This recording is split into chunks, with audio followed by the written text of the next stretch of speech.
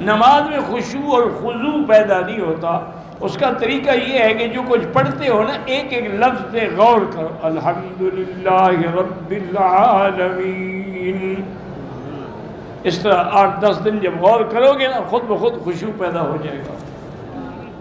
کہتے ہیں ہمارے ملک میں بڑا جھگڑا ہے کہ مردے سنتے ہیں یا نہیں سنتے ہیں، اللہ ہدایت دے۔ تو باقی یہی مسئلے رہ گئے تھے، باقی سارے کام ہو گئے، یہ مردوں کے بعد زندوں کے مسئلے حل ہو گئے۔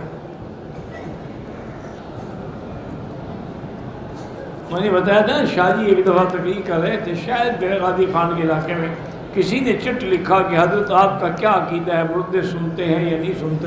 انہوں نے کہا میری تو زندہ بھی نہیں سنتے، تو مردوں کی بات کرتے ہیں۔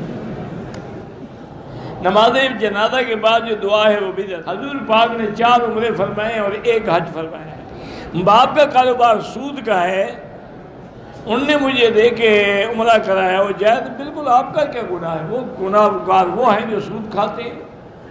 کوئی آدمی اپنی زندہ بیوی کی طرف سے عمرہ کر سکتا ہے، خوشامد کرنے کے اور بھی کئی طریقے ہیں، عمرہ ضروری تو نہیں۔ اس کے لیے کوئی گفٹ شفٹ لے جاؤ، خوش ہو جائے گی، عمرے کو کیا کرے گی بیچاری؟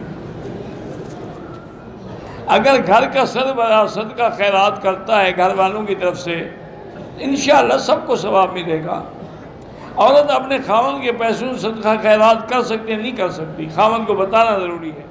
حرام مال کوئی مجھے صدقے کے طرف ہے، بھئی تمہارا گناہ نہیں، جس نے دیا ہے وہ گناہ گار ہے، اس کو حرام کا کوئی ثواب نہیں۔ اگر عورت نے عمرے کی نیت کر لی، احرام بھی باندھ لیا، حیض اگر آ جائے، حیض عمرہ نہیں کر سکتی، بیٹھی رہے۔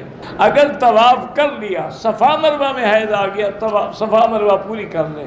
جو لوگ آئے ہیں وہ ایک عمرے کے بعد دوسرا عمرہ کر سکتے ہیں، چاہے 100 عمرہ کریں، واللہ اعلم۔